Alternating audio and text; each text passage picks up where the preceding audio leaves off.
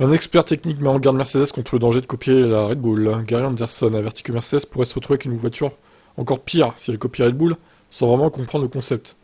Bah, comme Aston Martin, quoi, en fait. Hein. Mercedes était assez audacieuse pour simplement copier le soubassement d'une Red Bull, d'une McLaren ou d'une Aston Martin. Le plus important, c'est la philosophie aérodynamique derrière cette géométrie. Avoir la même apparence de voiture est une chose, mais la faire fonctionner de la même manière est une autre chose. Et c'est là qu'il faut voir la philosophie de l'aérodynamique, comment elle inspire confiance au pilote, et comment son ensemble fonctionne comme une unité. Ça ne vient pas toujours d'une voiture qui se ressemble. Ils pourraient copier Red Bull, ça pourrait être pire car leur philosophie et leur aérodynamisme ne sont pas les mêmes. C'est comme faire un gâteau. Vous pouvez mettre tous les ingrédients indiqués par Mary Berry, mais vous ne pouvez pas obtenir le même gâteau que celui préparé par Mary Berry. De même, avec une voiture de course, vous ne pouvez pas tout mettre en œuvre. Il s'agit simplement d'avoir un package aérodynamique qui donne confiance au pilote. La tâche de Mercedes est plus grande aujourd'hui qu'elle ne l'était probablement il y a 4 ou 5 courses, car ces dernières courses visaient à aller dans la bonne direction. Malheureusement, ils n'ont pas été constants pendant la course elle-même.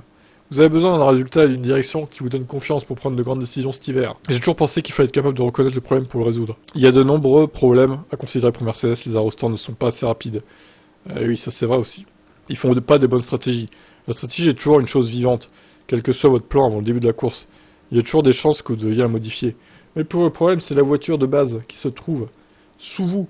Il doit être à un niveau qui donne confiance au conducteur. Ça pourrait même être de produire jusqu'à 5% d'appui aérodynamique, car donner confiance au pilote est mieux que cet appui aérodynamique supplémentaire. Ils ont du mal en ce moment à identifier leurs problèmes aérodynamiques. De course en course, ça monte, ça descend. Nous parlons d'une équipe qui a remporté 8 championnats du monde des constructeurs. Nous ne parlons pas d'une équipe à l'arrière qui s'améliore certains week-ends, c'est pas le cas. Compte tenu de leurs normes élevées, leur état s'aggrave certains week-ends et ne s'améliore jamais. Avec l'équipe de pilotes dont ils disposent, le budget et l'usine, ils devraient être assis aux côtés de Red Bull. Ils ont un gros travail à accomplir.